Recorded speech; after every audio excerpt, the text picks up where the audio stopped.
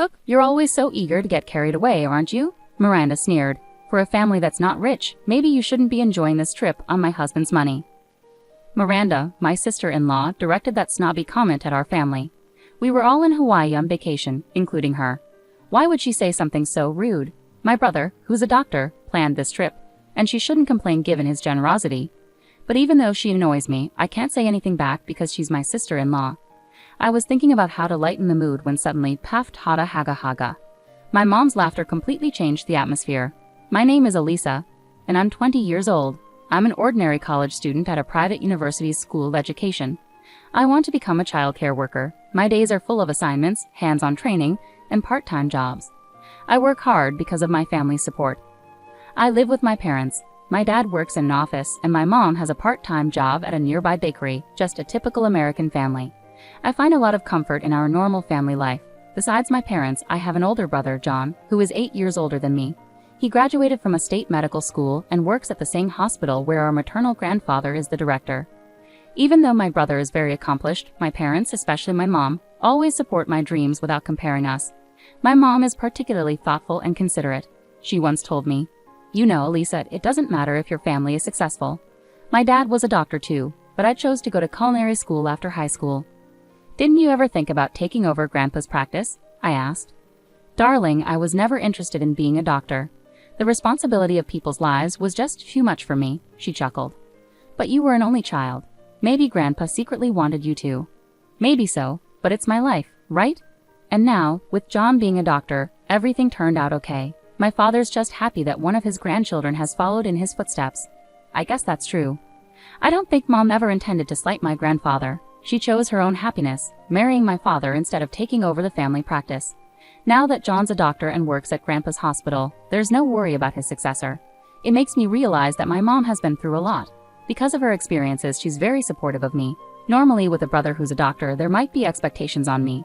But my mom never expects anything specific from me, nor has she ever abandoned me. She just believes in letting me be me and John be John.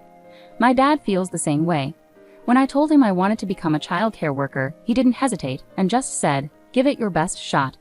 I'm really lucky to have such supportive parents. Knowing their background, it's no surprise that John is also laid back. Despite being a doctor, he's humble and always encourages my dreams. Just the other day, after I finished my training, he called me. "Hey Elisa, you finished your training today, right? Well done." "Thanks, John. It was tough this time. I was working with 2-year-old toddlers." "Turbo twos, huh? It's amazing how you handle multiple kids at once. I really admire that." "Oh, come on, what you do, taking care of people's lives, is way more impressive. You think? It's a bit awkward getting a compliment from my little sis. Haha. Stop being so shy. Thanks for calling." "You bet.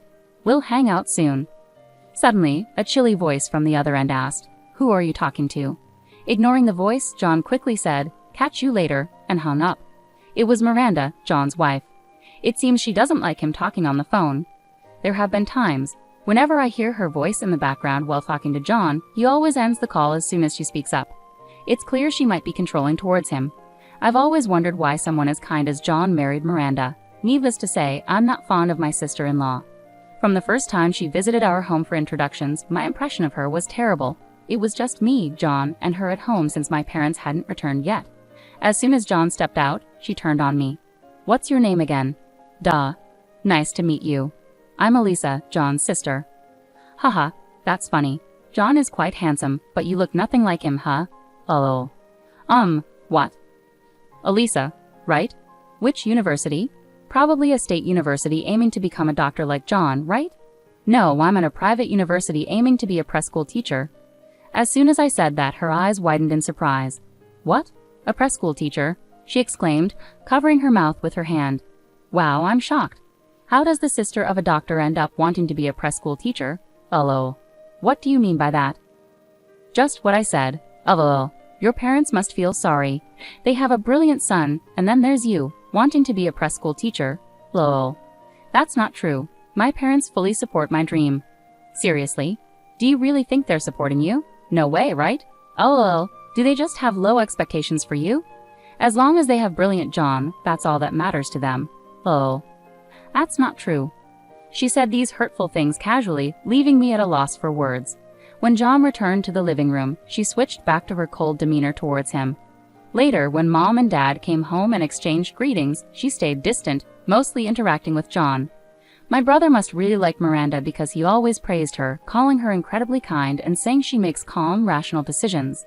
Our parents probably didn't know how to respond to John's high praise of Miranda. The next month, John and Miranda got married and became a couple officially. When they announced it, I casually asked my mom, "Mom, why did John choose Miranda?" "Why do you ask?" "Well, to be honest, she's not exactly pleasant, right? John may say she's kind, but maybe that's only when he's around. Look, if John is serious about her, we can't oppose it." "I guess so. As a family, John's happiness is what matters most. So, Elisa, will you support John?" "Yeah, I understand. If John's happy with Miranda, I won't complain. But their marriage affects all of us. She's my sister-in-law now, and for my parents, she's their daughter-in-law. I can't help but worry about our future relationship given her attitude." A year after their marriage, Miranda's attitude hadn't changed. She would get annoyed when John and I talked on the phone. She often didn't come to family gatherings, leaving just my brother. Even when they did attend together on special occasions, she stayed on her phone and didn't engage in conversation. I had mixed feelings about her behavior, but they were married, and it wasn't my place to intervene. All I could do was hope for my brother's happiness. Then one day, when I got home from college, my mom suddenly said with a big grin on her face, "Elisa, we're going to Hawaii." "Kauai, yes, with John and Miranda, the whole family." "Why all of a sudden, and why not somewhere closer, but Hawaii?" I asked. "Well, it turns out John suggested this trip," she explained. "John did?" According to Mom, John wanted to make up for not spending enough time with the family in the past. Since Dad was turning 55 and Mom 50, reaching these milestones, he thought it was a good opportunity for a family trip. That's what my parents suggested. If we're going, we all want to go together, and that's how we decided on Hawaii. After hearing the plan, I asked my mom the question that had been bothering me the most. I mean, I'm excited about going to Hawaii, but isn't Miranda going to have a problem with all of us going together? "You'd think so, right?" But she surprisingly seemed on board with it, saying, "I'd love to go to Hawaii." "Really? Miranda has always wanted to visit Hawaii, so since she's on board, let's all enjoy it together, right?" "Sounds good. I've never been to Hawaii, so I'm super excited." And just like that, we decided to head to Hawaii in 2 months.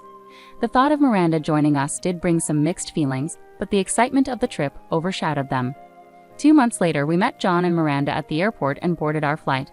My parents and I sat together, while John and Miranda were seated separately in the back. Since my brother made all the reservations for this trip, it was clear their seating arrangement was intentional, probably at Miranda's insistence. At the airport, she only spoke with my brother and didn't greet us. For her, it seemed strictly a vacation with her husband.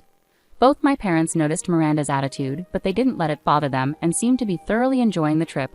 My mom even suggested to John, "Why don't you two go sightseeing on your own?" Thanks to my mom's suggestion, I was able to enjoy the trip without worrying too much about my sister-in-law. But then something happened. That evening, after coming back from sightseeing, my parents and I met John and Miranda for dinner at our hotel. Miranda only spoke to my brother as usual. My brother, looking a bit troubled, tried to start a conversation with me. "Hey Elisa, how's it going? This is your first time in Hawaii, right?"